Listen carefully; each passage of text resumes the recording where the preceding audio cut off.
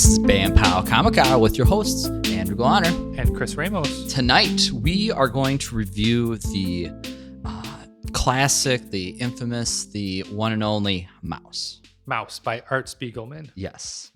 And so we were talking in the pre-show, and we've had a lot of comic books that we want to talk throughout the year. And it's just so happened that Maus happened to be on our list. And the fact that came up was back in January of earlier this year, towards February, this became a talk like a national talk kind of thing. It came, it's funny because Maus has been around for 30 years. Yeah, a little over 30 years. Yeah. And we've always had it on our list, and we kind of moved it around here and there and sort of grabbed other books. And, it helps us kind of structure our reading schedule, and if we know what we have to tackle and when. So Maus just started being brought back into the limelight, I guess is the way they say it, or the news. Yeah. Mm-hmm. Unfortunately, it was for reasons that have divided readers and historians and comic book fans. And so we're just trying to move it up a little bit and I guess kind of explain what some of the I guess what, because there's still people who are still is. Finding out about this book. There's still people who are going, what is Maus? And I think if we can shed some light on it and kind of help you kind of gravitate about what's going on, I think we'll do our job. Yeah. So Maus was originally written in the mid 80s.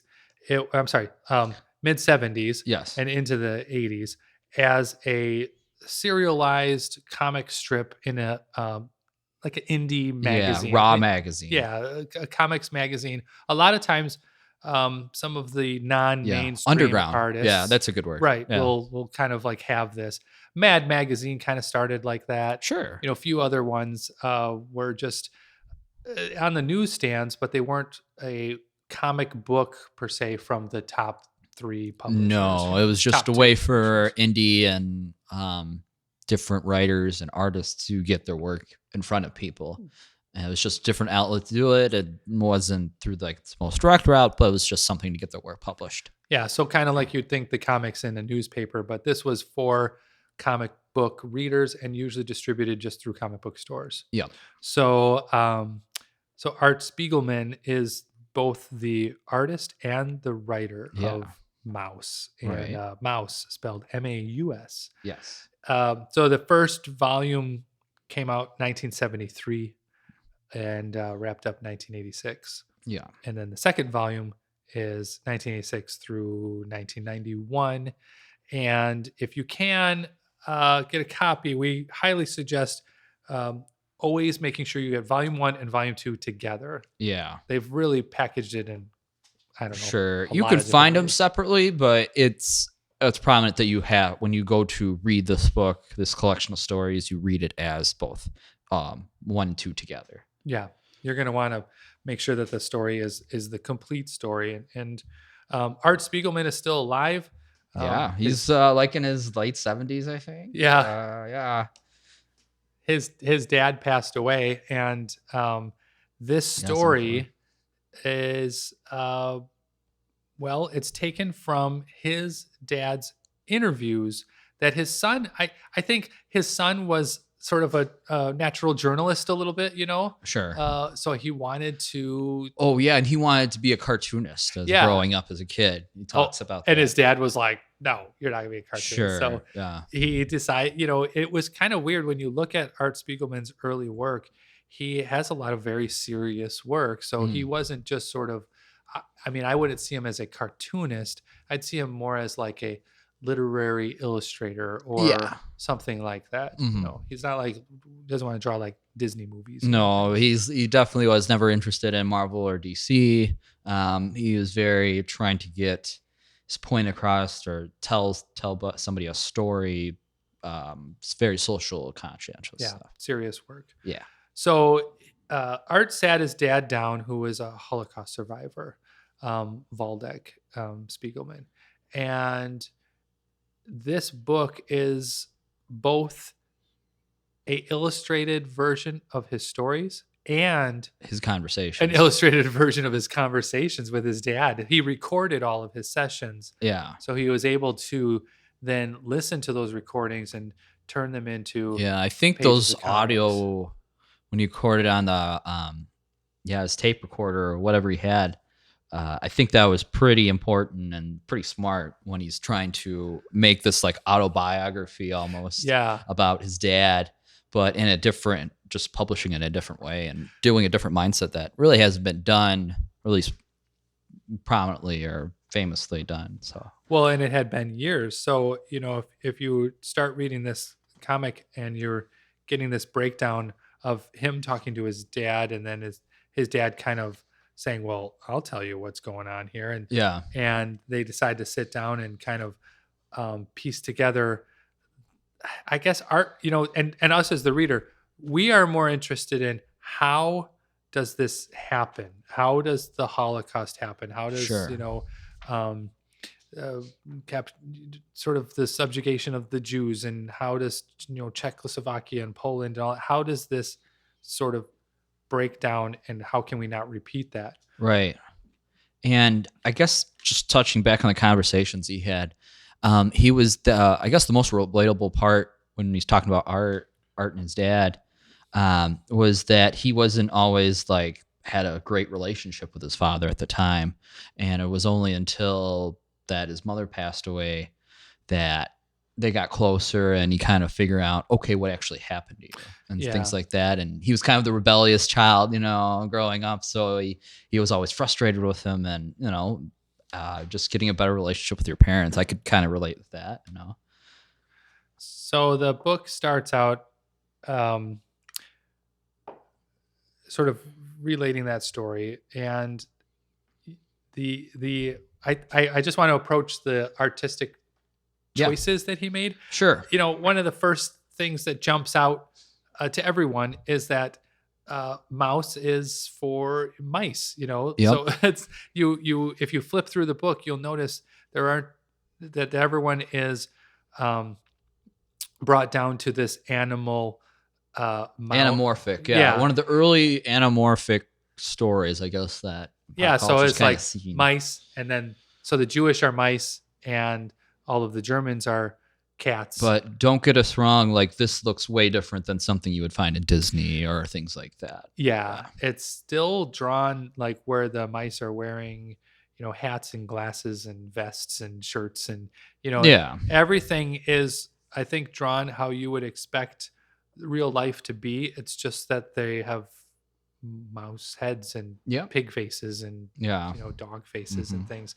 They kind of split it up nationality wise. So Yeah. there are some times where you see French, Yeah, and like a frog Americans, here. and stuff. Yeah, an American. Americans are yeah, dogs. Yeah, American dogs. Yeah. So you start really falling into this and saying, okay, well, I'm reading about these mice, and I'm reading like this family of mice, and it's weird because while you're reading it, you're on one hand visually it's telling you that these are just mice and like the daily life of a mouse, right?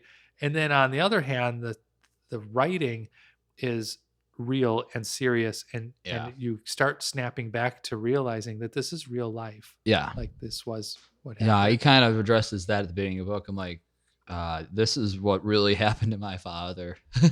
Yeah. And this happened during the Holocaust. Like, it's just upfront about it. Yeah. And so it's kind of starts out of like, what kind of life did his dad have, and what kind of friends did he have, and what was the Jewish community doing when World War II was spreading across Europe? Sure. You definitely appreciate the journey of how we actually, or I guess not the journey so much, but the progression of how did we get from this, the Polish community and the Jewish community, how they were living before, kind of getting a sense of that, Mhm. and how it progresses or degresses to going to Auschwitz and then going through the Holocaust and how they survive. Yeah. I mean, what got me with this story is that everyone thinks of this as you're going to open it and it's going to be all about like concentration camps. No. But Absolutely, yeah. You would Mouse- think that maybe towards, if you look at the cover, you think about the Yeah. subject content. Well, Yeah, that's kind of what everyone always talks about. They say, well, Mouse is about, Jewish people in concentration camps. You don't realize that it's actually, you know, really, really solidly based on the journey of these Jewish people trying to get out of yeah, the Poland, family. Yeah, trying to save themselves, leaving all of their possessions behind, yeah. grabbing their family and going. Mm-hmm. And for the first volume, the entire first volume, which is about half of the book here, um, is them just trying to get out of the country and trying to survive and hide and Sure. not And be this caught. book is just under, I think it's about 290 pages, not quite 300. Yeah. So like the first 150 or so is the first volume of the journey, and then the second half is obviously when they get into Auschwitz and how they survive that. Yeah. So that's kind of the general basis of the book. Now, uh, I will come back to it, but I think now is a good time to kind of jump in and just talk about why this has been in the media lately. Sure. Um, what was the school district? It was Tennessee. McMinn County Schools in Tennessee. Yeah, so they decided that they were going to take it out of their curriculum. Yeah, the school board, voted on that. And it was from their it's 8th grade curriculum.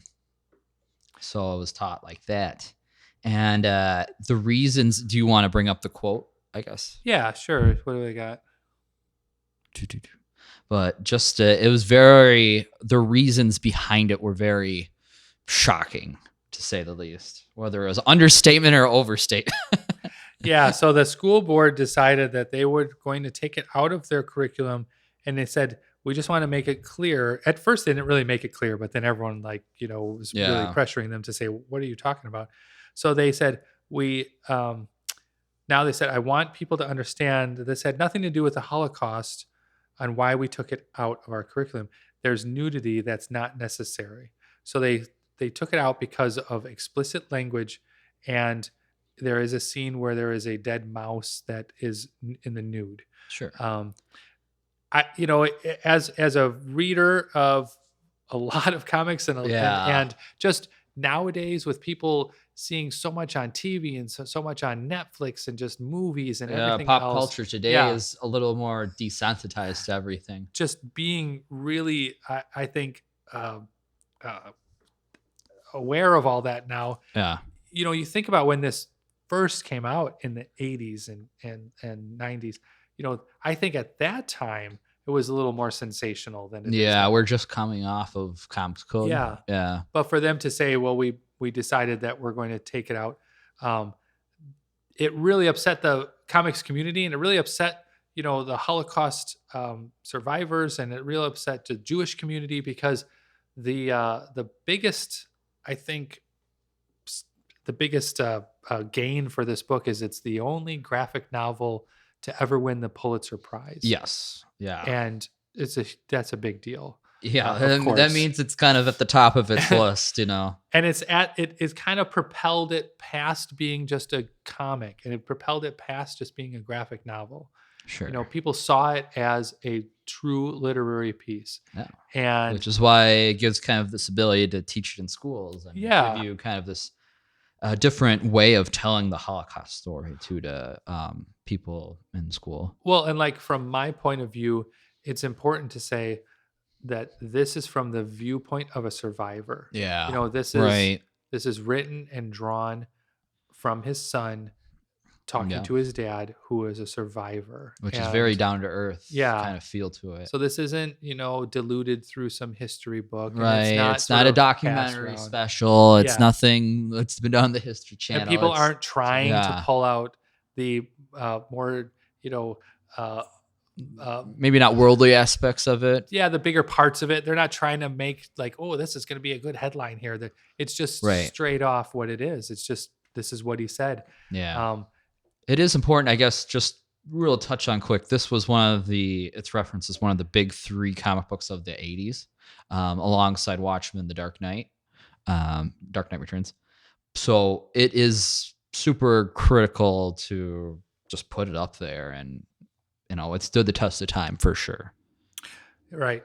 So That's kind of why it's been in the news lately, is because whenever a a gathering tries to ban a book or stop a book from being published or reviewed or even brought into the school districts for new generations, um, it kind of hits home to say, how are we able to ban any books, right? Sure. But then it really hits home because the biggest quote that most people are pulling away from this is that the Nazis banned books. And, Yeah. Yep. they're That like, whole. we don't ban Yeah. books. The Mhm. Nazis banned books because they didn't like the message in there. And Yeah. you can't help but to say that there had to be something in there beyond Hmm. swear words and nudity, because those seem like minor issues All right. And we kind nowadays. of correlate it with the times and politics that we live in. Right. So it's just kind of like, don't do that. So that immediately shot this book up into like the top seller on Amazon. Sure. Everyone said, well, if you're going to ban it, then we're going to buy it. And Yeah. there were comic book shops all over the country, most Yeah. notably in Tennessee, that said, hey, if you want a copy of this book, you Yeah. can borrow Nirvana it. Comics. Just, Yeah. yeah, here it is. Yeah, so Nirvana Comics in McMinn County, Yep. where the book was banned. Yeah. They originally had 10 books in the store, Hmm. and they said that if you want to just come borrow the book and read it, you can do that. Well, that turned into everyone saying, I want a copy that I can own. Yeah. So then the comic book store started a GoFundMe page to buy Yeah. copies You of the raised book. over $95,000. Yeah. And this was in when the article came out. I would say this is in like January. Yeah. Oh, February 1st. So yeah, I It was- definitely think it's probably grown Yeah, and it was exponentially. like so quick after that happened. It says Yeah. they raised $95,000 Right. with only 3,000 donors. So that's, That's quite a bit. 30 Pretty good. $35 per person. Boom, and that's the power now that we have Yeah. as the internet, and that's the power now we have as a comic book community, Yeah. to say, well, we want this book to be in everyone's hands. If you want a copy of it, you should be able to get it. Well, that, and there's also this notion that there's people that don't want to, I guess, not acknowledge the Holocaust didn't happen or whatever. Right. But it's kind of like, I guess as you grow up or whatever, you're taught different things and whatnot, but trying not to repeat history and remembering like one of the biggest points of history of human civilization, is like the Holocaust happened. Right. We can't do this again. Right.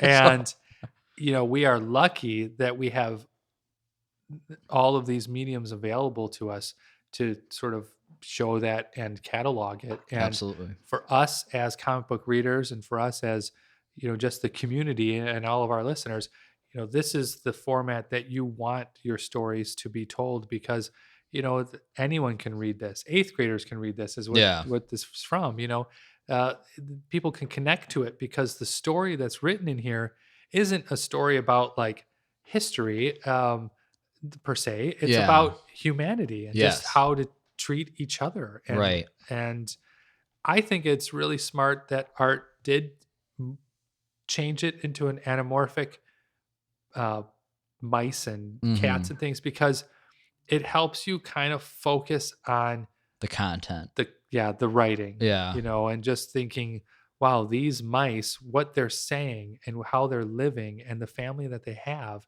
you can't deny that no matter what race it is or what animal it is, that these are still caring individuals. And I think that's kind of why he did that, to just pull it away from like, hey, look, yes, they're Jewish, they're Jewish mice, but pull it away and say, this could be anyone. This could be any mouse. Yeah. And he was very baffled. If you watch his recent interviews from the past couple of months, he's baffled. And just because the book got banned for the reasons it did get banned. And he's like, of all the things, nudity and profanity, like the fact that he took it kind of personally. He's like, this is crazy. What are people thinking? It's I mean, I did write it to be educationally based, but it kind of happened that way. And I think people should read more of it and acknowledge this history that happened. So what parts of the book that did really stand out for you? Because the first half of it again is just them trying to survive and trying to get information and Yeah. what should they do? What should they hmm do? You know, hmm that's the big deal. So I guess to start out with, this was probably my most challenging read in a long time. I would say like the hard like besides this, like we reviewed Monsters in our earlier season, and that was hard, but it was different because it had superficial things going on. It's still fictitious, You even knew though in you the had back of mature your, concepts. yeah, like you knew in the back of your mind that this was just a fictional story. Right, and it was based on superhero concepts, just twisted very differently, Yeah. and the art style was different, but it's still a fiction. This book, after you get kind of past, their mouse and things like that, you get used to this art style, you really get into the story and the hardships that he goes through. And it's not light reading. You think Yeah. it's going to be light reading. And I breezed Yeah. through like the first 100 pages. And I'm like, okay, we're developing up who they are, what's going on, kind of the relationship with his father, things like that. We're starting to take this journey. But as everything starts to get harder and not arts and Valdek's life, his father's life, you start just kind of breaking down your mind like this is getting serious by the page. Yeah. And you're just seeing it page by page. It's just he does everything he can to survive. And you know that it's building towards, You know just where they're going, realize. and you know what's going to happen. Yeah. So just the you how it realize happened, it was pretty dramatic. So for me, reading through it, I echo all of that, but it was interesting because the book itself is smaller. So, we always talk about like oversized comic books or oversized art, Yeah. larger. Oh, So the absolutely. book was smaller, and hmm all of the artwork in it is like a thick marker or just sort of like a bled Yeah, I out was gonna say, fountain is pen, or this just maybe. like pen and inks and then just Yeah, ballpoint? it's almost like almost like a small Sharpie or something, because some of the lines there aren't any really thin lines, No. but he does a really good job of just making sure that there's a big inking difference, stark blacks, stark whites, Right. And I guess and kind of cross the hatching. environments, I think if he doesn't do the right job, you don't know get a sense of place. So I think that kind of speaks to how he was doing it, the Yeah, process like of it. you realize that where they're on a train, you realize that they were in the countryside, you realize they were just sort of all lined up, at the concentration camp. The other thing too is that the the when you quickly flip through it, it looks like it's really heavy on text, which it is, Yes, it is. but you end up kind of tightening in on the panels and reading the text, like reading this little panel, the next one, little panel, Yeah. next little panel, next. Like You the don't, conversation flows well. yeah, and you don't really need to back up from the page and look at the whole page. Where that's Yeah. different from comics because usually you have to back up and kind of like, oh, that's a cool Yeah. page. This one really keeps you close. So I thought it was weird because, like, Close and intimate. Yeah. yeah, I was holding it closer to me to read it. Absolutely. I think I read it in my lap. Like Yeah, compared to like sitting on, putting on a stool or something like that, or yeah. So the different. book itself is really, I don't know. You can like hunker down with it on a train. You can read it in the corner of Yeah. class or something. Very like that. accessible. Yep. So I know that all that had to have been purposeful because they could have made this a larger book, and that's cool that they didn't. Sure. Um, I think just to piggyback off that a little bit, when during the book about the end, when Art starts finally going through all the tapes and recordings, he does find it kind of difficult to start scripting it, and he describes yeah. that and the whole just process of trying to figure out how to panel it and things like that, just to make sense of it. Well, I know that, yeah. So he had all these recordings. He's talking to his girlfriend in the Yeah, book, which is kind of cool. You see this little back and forth with Art Spiegelman and yeah, talking to his girlfriend at the Francois. time Yeah, and his wife, yeah. and saying, I have all these interviews. I don't know how I can possibly draw it because I wasn't there. Exactly, and that was his big like So he's like, memory block or mind yeah. block or writer's block of some sort. He's like, how can I possibly show what the inside of a tin shop in Auschwitz Yeah. would look like? How can And I I thought possibly that do was that? kind of that's startling, but it's very relatable, and I'm sure like how do you tackle that? How do you Yeah. get through it? And like, towards the end of the book, actually, as you open into volume 2, is art.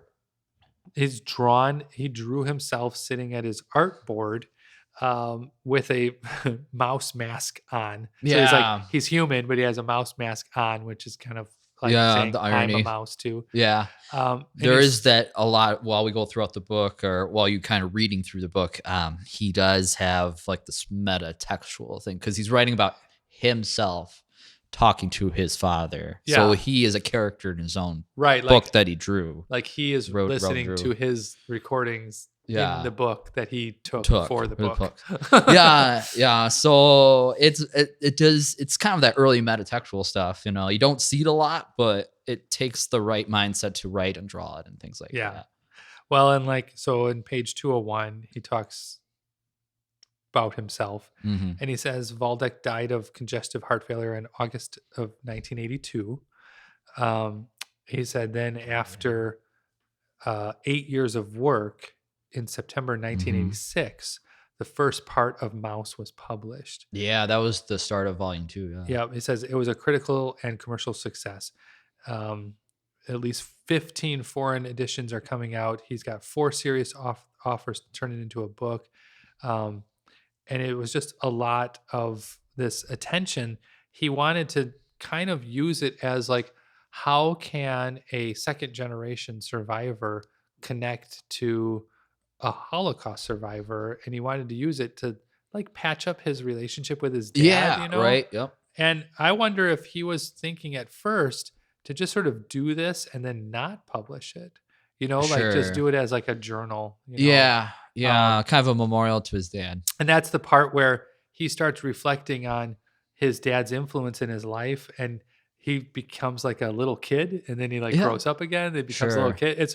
The book is really well written for like a therapy session for him, because Yeah. it's a very hard topic, and he didn't want to make this book for the reason of I want fame and fortune. Absolutely. like And I he just think wanted- later, however, I think I've seen in his interviews and stuff, he never wanted to like put it as a television show or movie or things like that. He just wanted to keep the book the way it is. Yeah, he didn't want to turn it into this huge Kind of sellout. media sellout. Yeah. Mhm. So And, I respect that. you That's see good. that too on a lot of people who go through a traumatic experience. They'll say, well, book deal is on its way. Yeah. He very specifically didn't want to do that. And for as a, a comic book and having it accessible to everyone, I think it's cool that they turn it into all sorts of languages, of course. Mhm.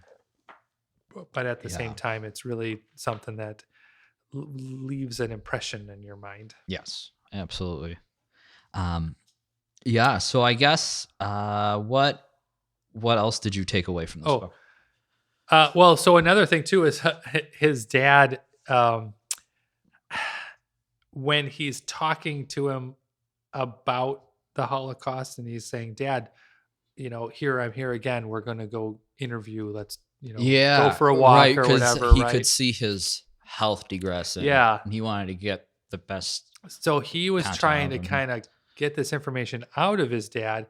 His dad was sort of giving that information, but then you picked up on like how his dad lives now, and he lives really simply. He like he reuses everything. Yeah, He very reuses- conservative mindset. Yeah. He reuses tea bags. Yeah. He takes silverware from restaurants. He returned groceries that he already opened to the grocery store. Yeah, and they wouldn't take him back, and he told him yeah. he's a survivor of the Holocaust. Fight for it, and he got his whole $6 back. Yeah, and the son was like, "Dad, throw this out." Yeah. And he's like, "Why?" And he goes, "Because it's broken." He goes, "Well, I'll fix it." You know, or "Dad, throw this out. It's old." Yeah. His dad said, "No, there was a time where we didn't have that." Right. So, It's kind of the mindset he developed when he was going Yeah. through this journey and earlier in his life.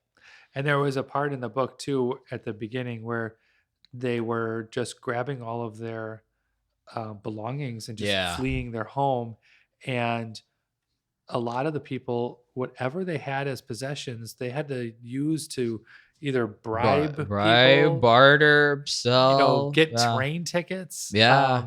And there was the part, for crying out. yeah, like where the Food.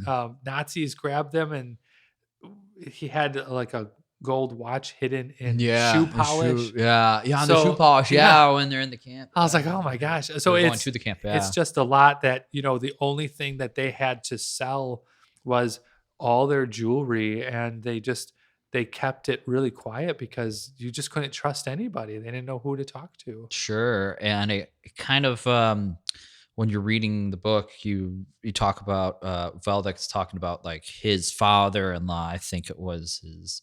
Yeah. Yeah, The and factory. the factory, he was a factory owner at the time, and, they were very wealthy, but they were very generous at the same time, so they would help Art and his wife, Anya, at the time, and they're doing their best to get through it and make the best of a situation, and they think, "Oh, it's not gonna get so bad, but we're gonna manage through this. We're gonna help, get you a place to stay, get you security, food, shelter, things like that." And just the digression and stuff that they went through was, they had to be very resourceful. Yeah. Yeah. And, he was a little fortunate because he was very quick witted. Yes, he He was. adapted super fast. Right, that's an understatement. Like, Yeah. he was the most adapted person. That's why he Yeah. survived. I know. And I was like, It's every key to time he turned survival. around, it was like, I learned how to repair shoes because the Nazis needed their boots repaired. So I learned how to do it. And, Yeah, like, I then I had learned skills tin. repairing the roof, so I was a Yes. tin worker. so some people, unfortunately, some people trauma, stress, being put into a prison is just too much for them, and Yeah. and a lot of people, of course, just gave up. Yeah, it So was very flight or fright. yeah, and so his big, I guess his big takeaway is never give up, because Yeah. you never know if tomorrow is going to be freedom, or Yeah. next year, or a year after that. Right. They said he was in Auschwitz. Don't quote me, but I think it was like 2 years. So it was That it sounds was about right. pretty long. But Yeah. at the same time, he just constantly was aware of his surroundings and knew what was changing and Yep. why. And He always made a friendship or connection or relationship with those that were around him, outside him and his wife, yes, just so yes. he would have help, because he knew he couldn't do it on his own, even though he was very resourceful. He couldn't get that so far. So I think all those connections he made definitely helped him through the process as well. Yeah. So then there's another part here at the end where I was just flipping through that his dad had matches that he counted out so that he knew how many times he could light the burner to make coffee. Oh yeah, when later in life, Yeah, when he was at his home, And the son was like, "I'll buy you a whole box of wooden matches." And he's like, "Well, that's not necessary." He's like, "I have paper matches that I can get from the lobby of the hotel for free. So I don't need you to buy me because they had a hotel a whole down the street box." that he was Yeah. next to. Yeah. So then he's like, "I still have 50 matches left. So then after that, I can get paper matches from the hotel. Yeah. So don't buy me a box of Yeah. It was just, It's a different mentality. yeah, to the son, Yeah. here it is. Grew in up the in modern society in the 60s, 70s. He's like, "What do you care about matches?" You know?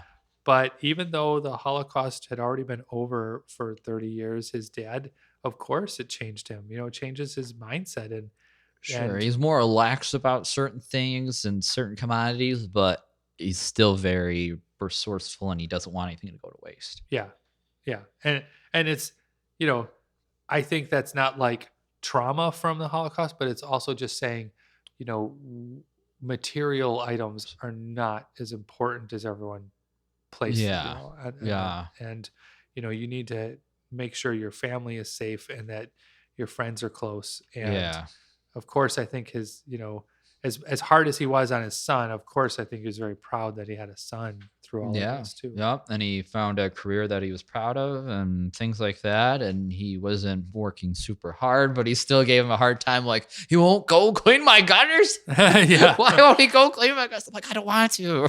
Come on." And things like that when you're growing up, like, you don't want to help your parents with certain projects or things because they're hard, but he's like, "Come on, don't be lazy." So, I mean, the biggest takeaway I would say from the book, aside from these like moments that you sort of stick in your mind, is number one, I thought this was incredibly rereadable. It's something that I think you can come back to every few years and just sort of Sure. refresh your mind. Yeah. A lot of people wanted to pass this on, and whatever copies they did have, to just make sure that everyone was sort of reintroduced to this. Yeah. A lot of, I think just a lot of people out there were surprised that there was a comic book format of this story, because, Hmm. a decade goes by, 5 years goes by, Yeah. and you kind of gets a little quiet, and then bringing up things just like when stuff is on Absolutely. Yeah. TV, they're like, oh, that was a comic book series first. Yeah. Very big resurgence of it. Yeah. And so I think teaching this material in schools and showing people that this format is available for serious stories is super important. Yeah, I So, kind of wish we read this when I was growing up. yeah, I don't- think we that would didn't have it definitely there. change the mindset for sure. So, a lot of what you see online is um, breakdowns and study tips, and it's a part of book clubs. There's a lot of chapter, breakdowns where you can look up like the historical references, and what really happened to Hungary, what really happened to Poland, and Yeah, you start it's learning in there. about that. Yeah, that these are real places. Of course, you can learn a lot about Auschwitz and about the people that were there and how they were transferred and what they did. So Yeah, I think Mouse is a really good, learning about human suffering and struggling, but also just, I think it's a really big win for comics and the comic book medium too. yeah. It still stands the test of time. Maybe it's a challenging read and things like that, but it's definitely worth it. Pick up a copy, read it physically. Yes, if you look through the internet, you can find it, but we really recommend you read this physical copy however you can. Absorb it in your own home. And we read the Complete Mouse, which is a hardcover edition showing volumes 1 and 2, and I think this is the copy to have. Yeah. Cover price $35, but you can find it all sorts of places as it's Yeah. coming back into stock, because Yeah. Amazon ran out, which is great. We Yeah. want to get this in as many hands as we can. Sure. And if you have the ability to talk about it with people, talk about it. It's definitely something worthy of discussion still. And, it was kind of ironic when this whole thing happened. It was right around Holocaust Remembrance Day. Yeah. And which is sad, but it is what it is. And, something we shouldn't forget and something we should just keep moving on with. So Mouse is definitely a great book, and it still stands the test of time. It's iconic. Definitely. Yep. And this is wrapping up another episode of Bam Pow Comic with your hosts, Andrew Glonner And Chris Ramos. signing off.